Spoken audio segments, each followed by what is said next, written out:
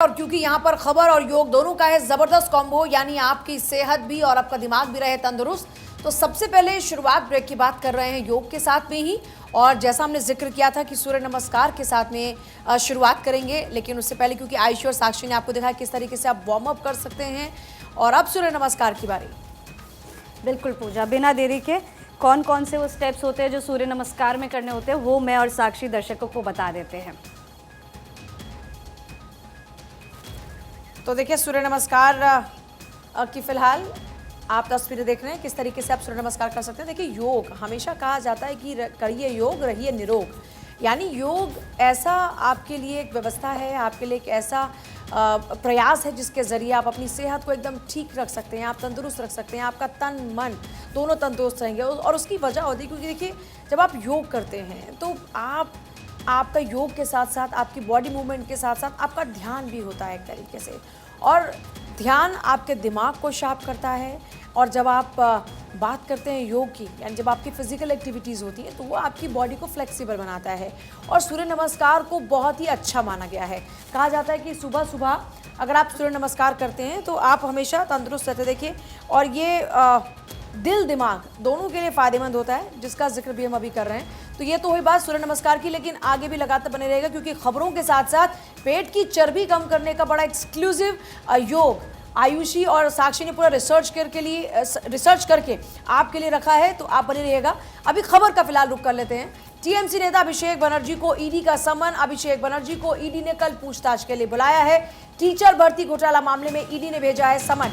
तो ये बड़ी जानकारी, टीएमसी नेता अभिषेक बनर्जी को ईडी का समन ईडी ने कल पूछताछ के लिए बुलाया है। और देखिए अभिषेक बनर्जी की लगातार मुश्किलें बढ़ती जा रही हैं। टीचर भर्ती घोटाला मामले में ईडी ने समन भेजा है और इसी मामले में अब जवाब उनको देना होगा। अभिषेक बनर्जी को ईडी का समन। टीएमसी नेता अभिषेक बनर्जी की मुश्किलें लगातार बढ़ती जा रही है, उनसे ईडी की लगातार पूछताछ चल रही है।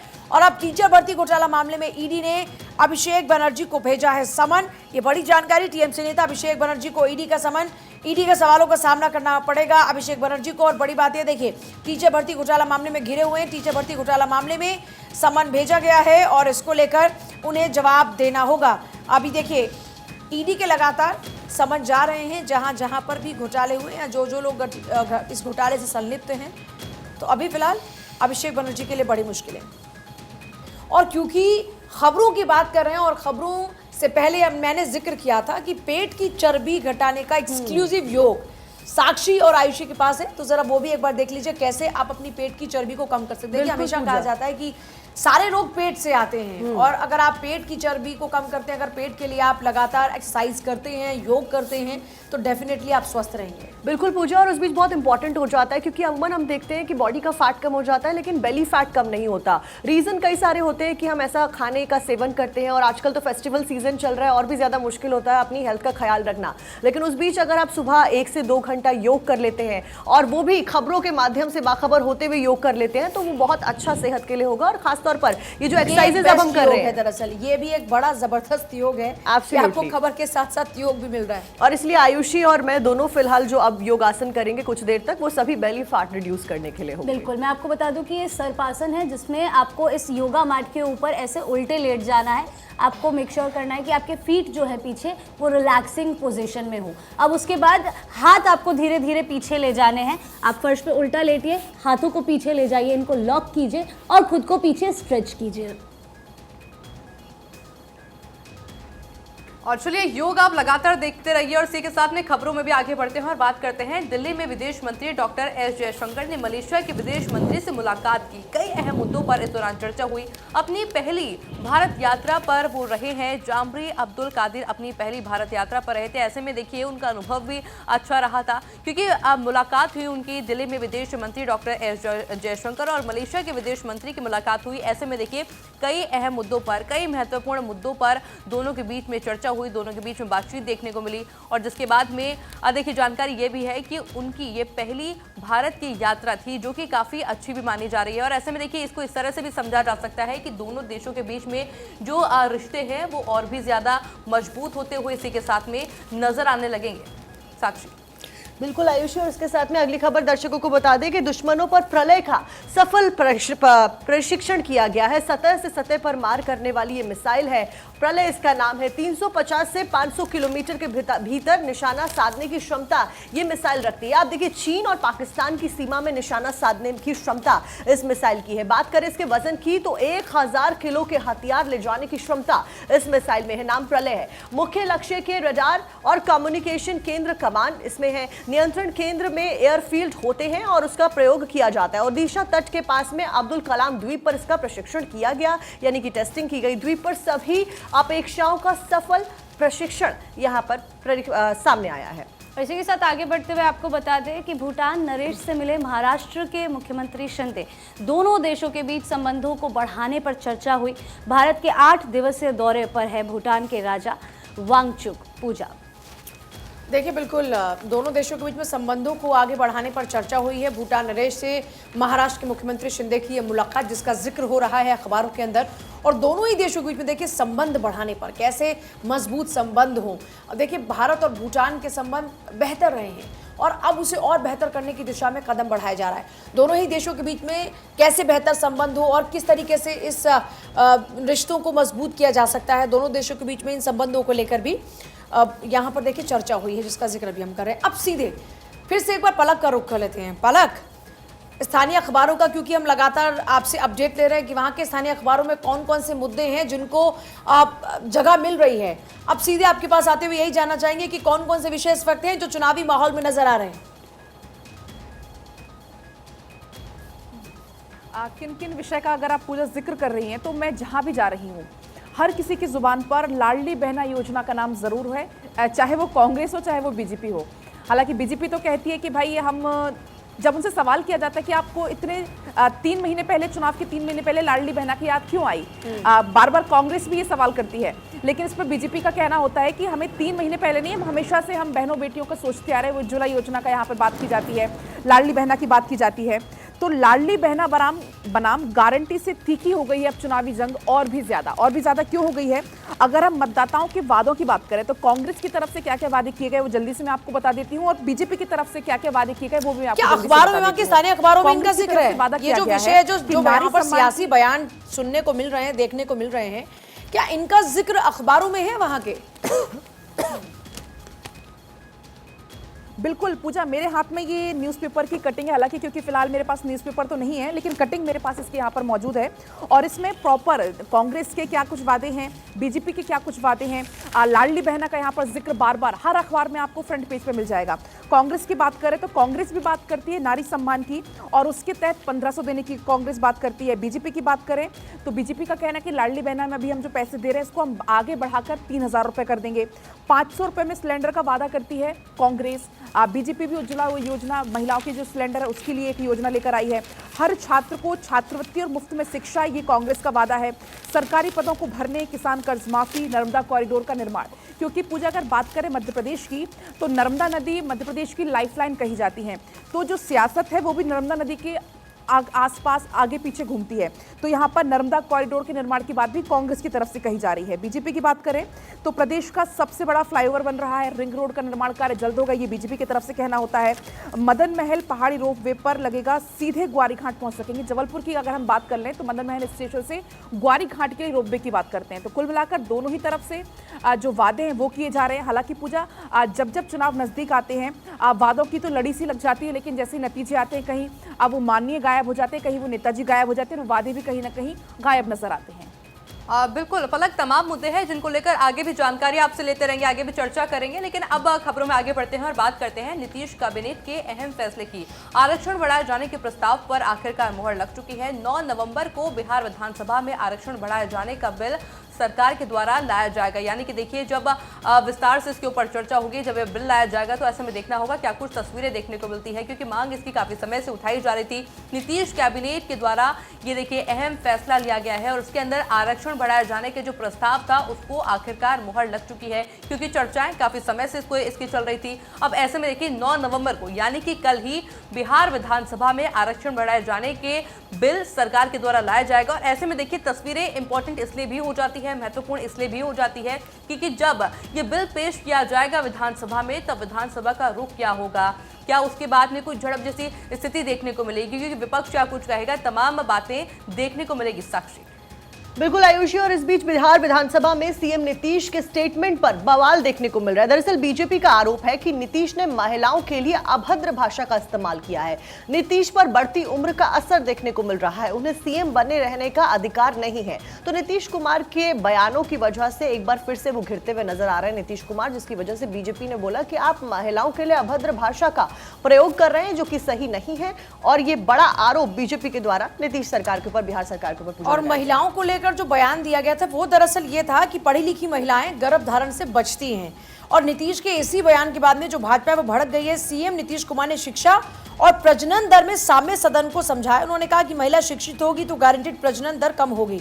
जातीय आर्थिक सर्वे रिपोर्ट पर बहस के दौरान में उन्होंने समझाया कि पढ़ी लिखी पत्नी गर्भधारण के अवसरों से बचती है, इसलिए जन्म दर कम हुई है। हालांकि उन्होंने जो बोला वो शब्दशः लिखा नहीं जा सकता। इधर पूर्व मुख्यमंत्री और भाजपा से राज्यसभा सदस्य सुशील कुमार मोदी ने कहा कि मुख्यमंत्री सारी मर्यादाएं भूल गए हैं। तो बेसिकली देखिए, प्रजनन दर को लेकर, पॉपुलेशन को लेकर ये बात थी, जिस पर बीजेपी ने नीतीश कुमार का घेराव शुरू कर दिया और कहा कि ये उम्र का ही असर है। और चलिए इसी के साथ आगे बढ़ते हुए अब बात कर लेते हैं राजस्थान की। राजस्थान में देखिए बीजेपी का हिंदुत्व कार्ड खेला जा रहा है। संतों के जरिए समीकरण को साधने की कोशिश की जा रही है। 3 दशक में पहली बार एक भी मुस्लिम प्रत्याशी नहीं है। 200 सीटों में एक बार भी मुस्लिम प्रत्याशी नहीं। ये हैरान कर देने वाली बात है, क्योंकि 3 संत मुस्लिम बहुल्य इलाके से चुनाव में उतारे गए हैं। दैनिक भास्कर की एक खबर है, लेकिन क्या रणनीति हो सकती है इसके पीछे, क्या सोच हो सकती है, क्रोनोलॉजी क्या कहती है अमित शाह की इस फैसले के पीछे पूजा कि बीजेपी प्रो हिंदुत्व पे खेल रही है। अब हिंदुत्व कार्ड पे इतनी ज्यादा मुखर हो गई है कि एक भी मुस्लिम प्रत्याशी नहीं उतारा है, और वो भी ऐसे एरिया से जहां पर मुस्लिम वोट बैंक है। मतलब ये है कि वहाँ पर आप जीते ना जीते, लेकिन उसके जरिए आप कई और सीटों को जीत सकते हैं। बड़ा एक स्ट्रॉन्ग मैसेज देने की कोशिश की जा रही है। और देखिए अब आगे बढ़ रहे हैं, बात होगी उत्तर प्रदेश की। उत्तर प्रदेश में कैबिनेट विस्तार जल्द। देखिए चर्चा तो नवरात्र से पहले से चल रही है, लेकिन अब जिक्र हो रहा है कि उत्तर प्रदेश में आखिरकार मंत्रिमंडल विस्तार होने वाला है। राज्यपाल आनंदीबेन पटेल से मुख्यमंत्री योगी आदित्यनाथ ने मुलाकात की है, और इस मुलाकात के बाद में अब ये कयास लग रहे हैं कि आखिरकार कैबिनेट विस्तार जल्द होगा। देखिए ओपी राजभर को लगातार इंतजार है। जो नेता समाजवादी पार्टी को छोड़कर बीजेपी में शामिल हुए, बीजेपी से चुनाव भी नेता ने लड़ा, उसके बाद में ओपी राजभर लगातार, क्योंकि अब बीजेपी की पैरवी कर रहे हैं। ऐसे में चर्चा ये चल रही थी कि इस बार का जो विस्तार होगा कैबिनेट का, उसके अंदर ओपी राजभर को जगह मिल सकती है, दारा सिंह चौहान को जगह मिल सकती है। तो कुल मिलाकर देखा जाए तो देखिए आप जानते हैं कि उत्तर प्रदेश लोकसभा चुनाव के लिहाज से बहुत ज़्यादा अहम है, क्योंकि 80 लोकसभा सीटें आती हैं। पिछली बार 60 से ज़्यादा सीटें उत्तर प्रदेश के अंदर हासिल की थी। इस बार फिर से रिपीटेडली सरकार योगी आदित्यनाथ की बनी। तो ऐसे में देखिए भले ही कोई इस बात को पार्टी इनकार करे कि जातिगत समीकरण नहीं होता, लेकिन हर लिहाज से उसको कैलकुलेट करके ही चर्चा चल रही है कि इस बार का जो विस्तार होगा वो उस लिहाज से होने वाला है, जिसका जिक्र बार बार हो रहा है। और चलिए इसी के साथ खबरों में आगे बढ़ेंगे और बात करते हैं अलीगढ़ का नाम हरिगढ़ करने के प्रस्ताव को मंजूरी मिल चुकी है। नगर निगम की बैठक में सर्वसम्मति से प्रस्ताव को मंजूरी मिल चुकी है। अंतिम मोहर के लिए शासन को प्रस्ताव भेज दिया गया है। यानी कि देखिए अलीगढ़ अब होगा हरिगढ़, क्योंकि मांग काफी समय से की जा रही थी। अलीगढ़ का नाम हरिगढ़ करने का जो प्रस्ताव था उसको आखिरकार काफी समय बाद में मंजूरी मिल चुकी है। नगर निगम की बैठक हुई थी और नगर निगम की बैठक में सर्वसम्मति से सबके चर्चा के साथ में बैठक में हर एक से राय लेने के बाद में इस प्रस्ताव को आखिरकार मंजूरी मिल चुकी है। और अंतिम मुहर के साथ अंतिम मुहर के लिए शासन को भी प्रस्ताव अभी भेजा जा चुका है। यानी कि देखिए इसको समझा जा सकता है कि अब से अलीगढ़ का नाम हरिगढ़ होने वाला है। साक्षी। बिल्कुल आयुषी, और अगली खबर आपको बता दें कि हरियाणा से संबंधित हरियाणा के मुख्यमंत्री मनोहर लाल एक्शन मोड में नजर आ रहे हैं। उन्होंने करनाल नगर निगम के वार्ड नंबर 20 में जन संवाद के दौरान लोगों के द्वारा की गई शिकायत पर संज्ञान लेते हुए सदर थाना SHO अजायब सिंह को तत्काल सस्पेंड करने के आदेश देते हुए SP को आगामी कार्रवाई करने के आदेश दिए। इसके साथ ही एक अन्य मामले में संतोषजनक जवाब नहीं दे पाने पर नगर निगम की आपको बता दें कि एक्सीन प्रियंका सैनी को भी मौके पर ही सस्पेंड करने के आदेश उनके द्वारा दे दिए गए।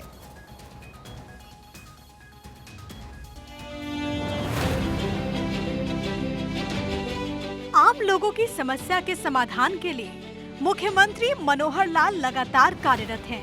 इसी के तहत जन संवाद कार्यक्रम का आयोजन किया जा रहा है। मनोहर लाल जन संवाद कार्यक्रम के तहत उचाना गांव में पहुंचे थे। उन्होंने न केवल युवाओं बल्कि बुजुर्गों और महिलाओं से भी बात की। इस दौरान उन्होंने कहा कि अभी तक प्रदेश भर में वो जन संवाद के लगभग 95 कार्यक्रम कर चुके हैं। उन्होंने कहा कि अप्रैल से शुरू हुए जन संवाद के कार्यक्रम प्रदेश के प्रत्येक गांव और स्थानीय निकाय इकाइयों के प्रत्येक वार्ड में आयोजित किए जाएंगे। इसके लिए सभी मंत्रियों, सांसदों, विधायकों को जिम्मेदारी सौंपी गई और कार्यक्रम आयोजित भी किए जा रहे हैं। सीएम ने कहा कि हमारी सरकार का उद्देश्य हर गरीब व्यक्ति की समस्याओं को समझना और उसका समाधान करना है। उन्होंने कहा कि करनाल नगर निगम क्षेत्र में आयुष्मान चिरायु योजना के तहत अब तक 3,752 लोगों के इलाज पर 14 करोड़ से अधिक राशि प्रदेश सरकार खर्च कर चुकी है। इतना ही नहीं, प्रदेश भर में आयुष्मान चिरायु योजना के तहत लोगों के इलाज के लिए प्रदेश सरकार 1,000 करोड़ की राशि का भुगतान कर चुकी है। आज हालांकि 26 में से 23 कार्यक्रम मेरे पूरे हो चुके हैं और सामान्यतया वार्ड की जो छोटी छोटी समस्याएं वो तो सामान्य आती हैं, कारपोरेशन से जुड़ी हुई है, कुछ फैमिली आईडी के साथ जुड़ी हुई है, आयुष्मान के साथ जुड़ी हुई है। हमने बहुत सी चीज़ें हाथों हाथ हल भी की हैं। आयुष्मान के जो कार्ड हैं वो अपना ओल्ड एज पेंशन के जो हाथों हाथ बनाने वाले कार्ड भी सब जगह कहीं 2, कहीं 4, कहीं 5 ही हमने बना करके बांटे हैं। और बाकी जो समस्याएं हैं वो सब यहाँ डिस्ट्रिक्ट एडमिनिस्ट्रेशन को देकर के भी जाते हैं। डिस्ट्रिक्ट लेवल की यही हल होती हैं। जो हमारी स्टेट लेवल की उनको हम साथ लेकर के जाते हैं, डिपार्टमेंट के हिसाब से जैसी समस्या उसका हल करते हैं। अभी तक लगभग 32,000 ऐसी कंप्लेंट्स जो मेरे जनसंवाद के कार्यक्रम हो रहे हैं उनमें आ चुकी हैं और जिसके अंदर लगभग 6,500-7,000 के आसपास जिसको डिस्पोज ऑफ भी किया जा चुका है। कोई जल्दी डिस्पोज करने की होती है तो तुरंत हो जाती हैं, कुछ में अगर निर्माण का विकास का काम है तो उसके अंदर प्रोसेस है, उसमें 5-6 महीने भी लगते हैं। इतना ही नहीं, छात्र छात्राओं के लिए मनोहर सरकार लगातार काम कर रही है। स्कूल आने जाने वाले बच्चों को परेशानी न हो, इसके लिए सीएम मनोहर लाल ने अधिकारियों को खास दिशा निर्देश दिए, जिससे आने वाले समय में बच्चों को काफी सुविधा होगी। रतनगढ़ गांव के अंदर क्योंकि छोटे बच्चे थे, उन्होंने कहा कि 5वीं तक का स्कूल उनके गांव में है, 6ठी से उनको बच्चों को आना पड़ता है प्रेमनगर और वो लगभग 50 बच्चे हैं। हमारी एक योजना बनी है कि छात्र छात्राओं को फ्री जो परिवहन व्यवस्था दी जाए। अब वो बच्चे कहीं अपने ऑटो से आते होंगे, कहीं कोई जो लोकल बस पकड़ के आता होगा।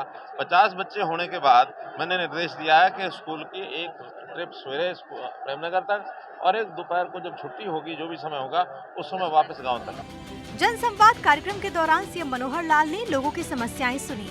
ऐसी शिकायत के आधार पर उन्होंने एसएचओ को सस्पेंड किया, साथ ही एसपी को आगे की कार्रवाई के निर्देश भी दिए।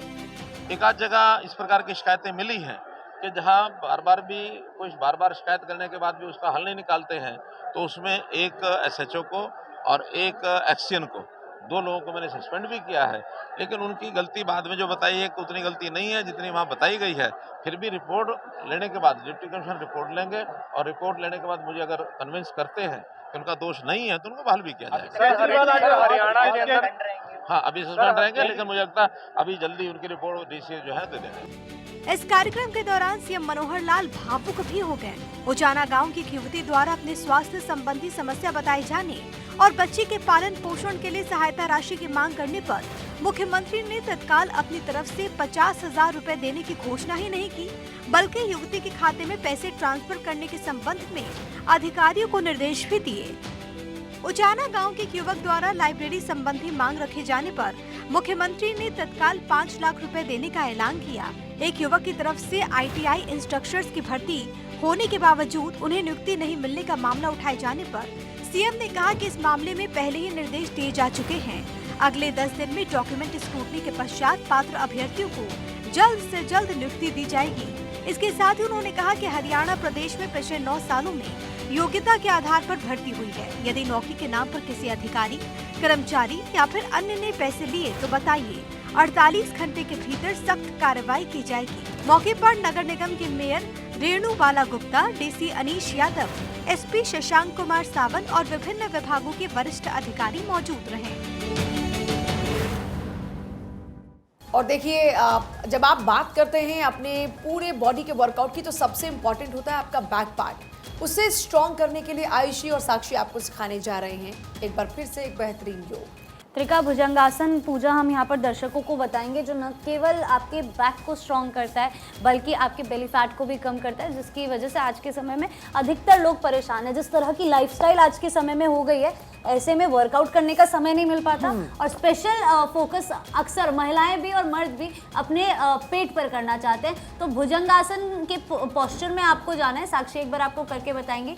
साक्षी, आप ऊपर की तरफ अपने आप को स्ट्रेच कीजिए। ये भुजंगासन है। आप जब यहाँ पर एक तरफ मुड़ जाते हैं तो वो त्रिका भुजंगासन हो जाता है, जो आपके साइड फैट पर भी असर करता है, जैसे कि साक्षी अभी कर रही है। आपको दोनों साइड इक्वली करना है और बहुत इंपॉर्टेंट हो जाता है आयुषी, आजकल इतने हमारे कंधे इतने भारी बोझ उठाते हैं और साथ साथ में जो फैट होता है वो एकत्रित हो जाता है, तो उस बीच ये आसन आपकी कमर और साथ साथ अपने कंधों को स्वस्थ रखता है। बिल्कुल। और देखिए रीढ़ की हड्डी को मजबूत करने का काम करता है, छाती और फेफड़ों, कंधों और पेट की जो मांसपेशियां हैं उनको बेहतर करता है, तनाव और थकान को दूर करने में मदद करता है। साइटिका की समस्या आजकल बड़ी कॉमन हो गई है तो उससे भी निजात दिलाता है। अस्थमा, देखिए पॉल्यूशन बहुत ज़्यादा है तो जो अस्थमा के पेशेंट्स हैं उनके लिए भी बड़ा बेनिफिट है। आपकी जो रीढ़ की हड्डी होती है उसको बड़ा मजबूत बनाता है। और देखिए कहते हैं कि हमेशा रीढ़ की हड्डी तो मजबूत होनी ही चाहिए हर लिहाज से। आपकी जब आप बात करते हैं बैक को तो उसको स्ट्रांग होना ही चाहिए, यह हमेशा कहा जाता है।